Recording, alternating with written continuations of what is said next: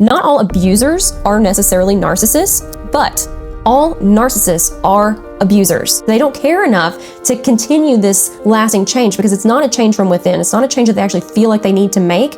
They're only making it to get something out of it. Narcissists do not change. They lack a deep sense of self and the ability or the want to become self-aware. It's not you, and you're not crazy. Confusion, pain, isolation, harshness, manipulation, and just plain soul-crushing. Today, clarity is going to replace confusion, truth is going to replace deception, and healing is going to begin for your broken heart. It says people will be lovers of themselves, lovers of money, boastful, proud, abusive, without self-control, brutal, having a form of godliness but denying its power. Have nothing to do with such people. You're worthy of a healthy relationship. You're worthy of being in a relationship where someone doesn't cuss you out, doesn't call you names, doesn't make you second guess every single decision that you've made. You deserve better. Who could stand against me? Freedom. I can feel the wind in my soul. Freedom. Oh, freedom is my anthem. Hi, I'm biblical counselor Lindsay McKinnon, and this is Eyes to See, where we heal from hurts, traumas, and toxic relationships. Today, let's talk about narcissists. What is a narcissist? What defines a narcissist? You might be feeling crazy right now, and perhaps you've come here because you wonder if you're the narcissist. I'm going to give you exact definitions and explanations and describe the difference between a narcissist and just a toxic person. And I will tell you this, if you're in a toxic or a narcissistically abusive relationship, typically we get made to feel like we are the problem and like we are the narcissist. So if you're here looking for that reassurance and validation, I'm about to lay it out for you, and also in some future videos. So be sure and click subscribe so that you can be connected with me and all of the other narcissistic videos I'm about to release. So you're probably here today because somewhere inside of your spirit, you sensed that what you're experiencing or what you have experienced, whether it's in your family, in your marriage, in friendships, or even in your church community, something is not right. Something is awry. And maybe you feel like it's not right within yourself and you're just looking for confirmation of, is it me? And I'm going to tell you right now, if you are in a narcissistically abusive relationship or any kind of relationship with a narcissist, it's not you. It's not you. And I'm going to give you a lot of evidence for that. And I just want to mention that this kind of thinking and the feeling the way that you probably feel in this relationship is not what God intended for you. God's relationship design is described in 1 Corinthians, and he says that love is patient, love is kind, love is humble, it's selfless, it's protective, it's trusting, it's hopeful, it's persevering. And yet your experiences have probably been the exact opposite and felt more like confusion, pain, isolation, harshness, manipulation, and just plain soul crushing. That's what it feels like to be in a narcissistic relationship, and it's awful. And it's not you. Today is going to mark a turning point for you. Today, clarity is going to replace confusion. Truth is going to replace deception, and healing is going to begin for your broken heart. So let's begin our journey together. We have to heal by understanding deeply and spiritually and psychologically exactly what narcissism is and how it manifests and how to clearly define it.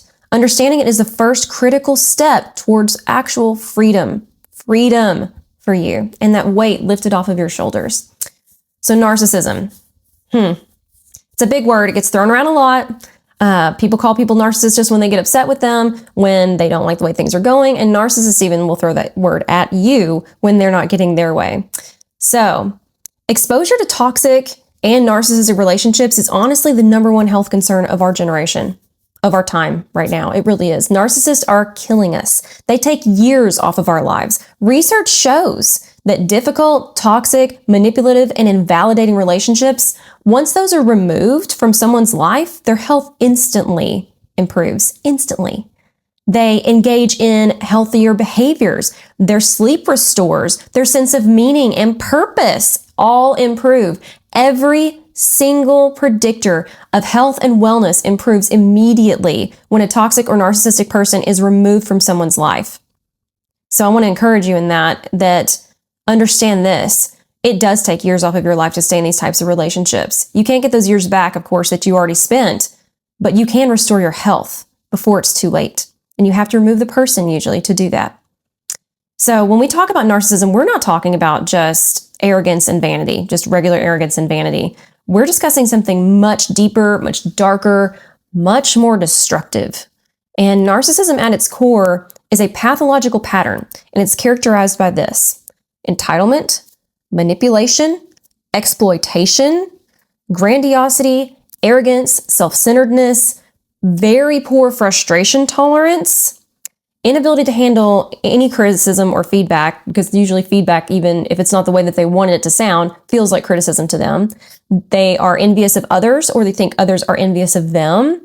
And it's definitely always characterized by a profound lack of empathy. It's not simply just being selfish or difficult. It's a chronic way of relating to the world and to others that leaves really deep scars and wounds. And narcissistic people often view themselves as a victim. They do. When things don't go their way and it feels like the world is just unjustifiably coming after them, but if the same thing happened to someone else, then they wouldn't frame it that way.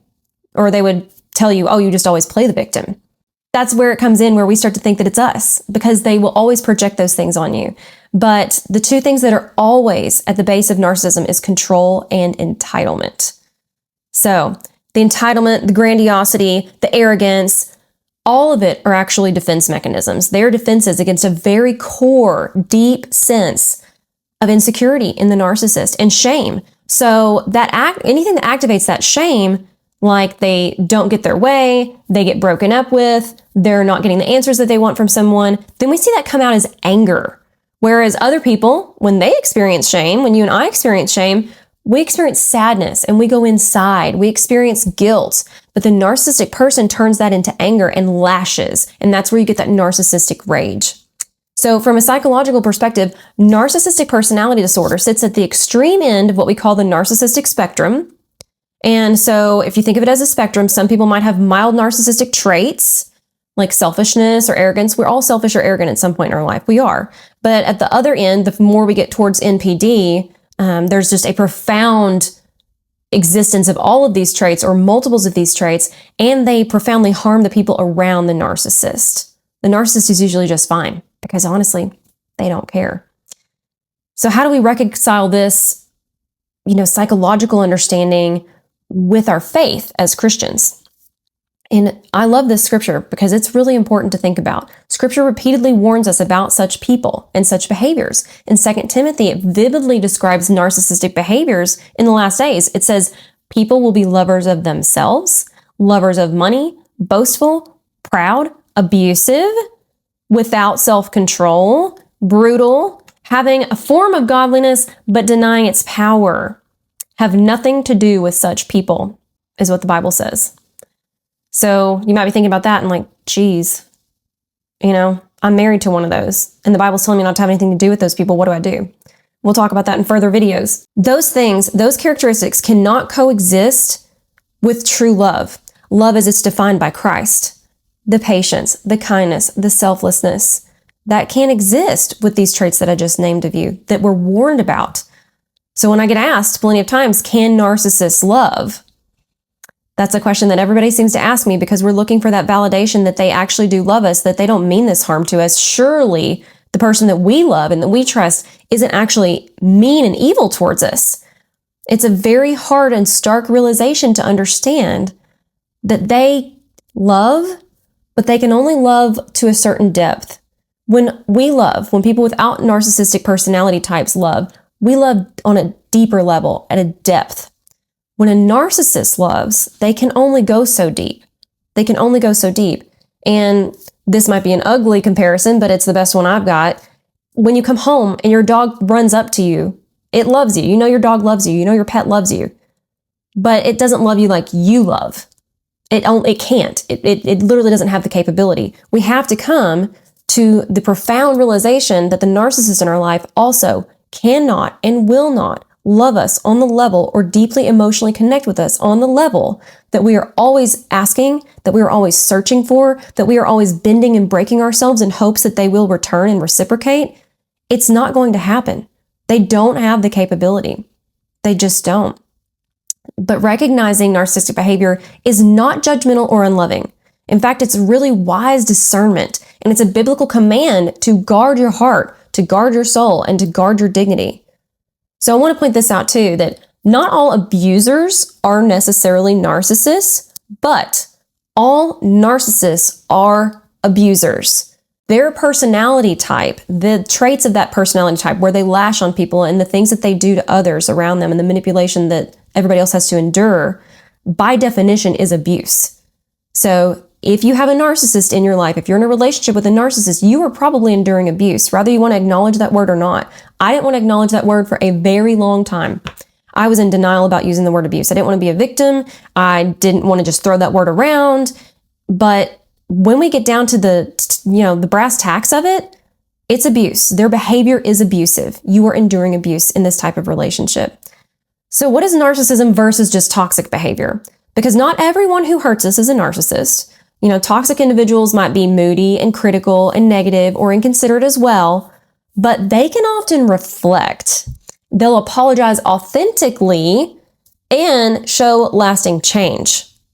That is a huge key.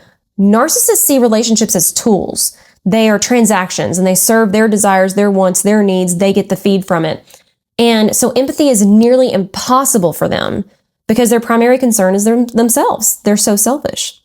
And we have to come to the realization that, sure, narcissists sometimes apologize, but usually it's a blanket apology. Usually it's not very specific, or it's one of those backhanded apologies, or a but is attached to it. That's their favorite thing. I'm sorry that this hurt your feelings, but you're so sensitive. I can't say anything to you anyway. Invalidation all over again. That's not an apology, by the way. That's not an apology. And so while they might do these acts of just a simply toxic person or a normal human being or a non-narcissistic human being, they're just acts. They're just that. It's part of the masking, which I'll talk about later. But they won't show lasting change. They might, if you threaten them with what they love enough, like maybe your entire marriage or sex or spending time together, that if they don't straighten up this certain type of behavior, then you're not going to participate in being in a relationship with them. They might straighten up for a little while. Yeah, they really might. But watch, it won't last. It won't last. All of the scientific study and research done on narcissists shows they do not change. They don't care enough to continue this lasting change because it's not a change from within. It's not a change that they actually feel like they need to make. They're only making it to get something out of it. And so it doesn't last for very long. It just doesn't. And the distinction between toxic and narcissistic people matters because it shapes our responses. So toxic people can be navigated with boundaries and clear communication. But narcissism, while you can set boundaries all the day long, good luck reinforcing them because they will come at every single angle trying to undermine those boundaries. They will wear you down. They will invalidate you so much in the boundaries you're trying to set. They will divert the conversations about the boundaries. It is a roller coaster. Narcissism and dealing with narcissistic people demands radical acceptance and deep boundaries, like within ourselves as well, for emotional protection and sometimes complete emotional separation to preserve your emotional and spiritual health is required. So we have to remember that radical acceptance is a huge key to healing. And it's what takes most of my clients, men and women. By the way, narcissists can be women. I'm not just talking about narcissistic men. Men and women sit in front of me in these narcissistic relationships. And when they can finally get to the point where they can radically accept, wow, this is what I'm dealing with. This is that person. It doesn't matter how much I explain myself. It doesn't matter how much I apologize. It doesn't matter how much I rehearse and have these long emotional attempt at connections with them. They really have shown me over and over and over again who they are and who they're not. And you have to finally get to a place where you accept that, because then you can be set free, because then you can know, I can't let them in these parts of my life. Every time I've talked to them about my past, they've always brought it up and used it against me. So you have to stop doing that. Radical acceptance is so important for navigating narcissistic relationships. If you just have to stay in one, if this person has to be in your life, the radical acceptance piece is significant. We have to remember this very, very hard fact that I said earlier. Narcissists do not change. They do not change. This is a personality type. Narcissistic personalities don't usually care. And they actually don't cause any harm to themselves. It's everyone else around them who suffers. So they don't believe they need to seek help. So therefore they don't. And even if they do out of an act that you kind of demanded or set a boundary with, it's not going to last. It's not meaningful because they're not doing it because they actually think they need to. They lack a deep sense of self and the ability or the want to become self-aware. This comes from their innate lack of empathy and from their entitlement. The facts are they simply do not care. They don't care how you're affected. They don't care, like on a deeper level, that they hurt your feelings. They don't. They think that you shouldn't have such deep feelings. They think that you're too sensitive. They find that an inconvenience that now they even have to deal with your feelings. That is the narcissist. They're actually, truly, they're extremely insecure people. And they go outward with their upset and their rage instead of inward, because going inward, they completely lack the emotional fortitude and the regulation abilities to truly accept who they are and how they've been affecting the people around them. If they really took that in and accepted it to any degree of depth, they would all but implode. They would actually turn in on themselves, which is not in their character trait. It's a personality type. It's like expecting a narcissist to change is kind of like expecting someone who's not funny to all of a sudden be funny and be a stand-up comedian. Or it's like expecting someone who's a stand-up comedian who is a naturally hilarious person to be dry and have no sense of humor. That's expecting a personality to completely change. Narcissistic is a personality type. It does not change. God desires your healing, though, not continual exposure to this abuse. Your value, your worth, your identity, they've got to be firmly rooted in God, not in someone who repeatedly denies your worth and undermines you and devalues you all over again. So that's the definition of a narcissist. That's how we know who they are and what they look like. Please subscribe, because in my next video, I'm going to talk to you about black and white thinking, which is what makes us susceptible to being in these relationships. It's very important to understand. It really is, so that we don't continue this cycle of choosing to have these people in our lives or choosing to be in dating relationships or marrying these types of people. We can break this cycle. And if you've ever endured narcissistic abuse, or if you are enduring it right now, it's not you. And you're not crazy. You're not. Drop some questions in the comments and I will be sure to make a video answering any questions you may have. I hope that you have an amazing day. And if no one's told you, you're awesome. And you deserve good things. You're worthy of a healthy relationship. You're worthy of being in a relationship where someone doesn't cuss you out, doesn't call you names, doesn't make you second guess every single decision that you've made. You deserve better. I love you. Have a good day.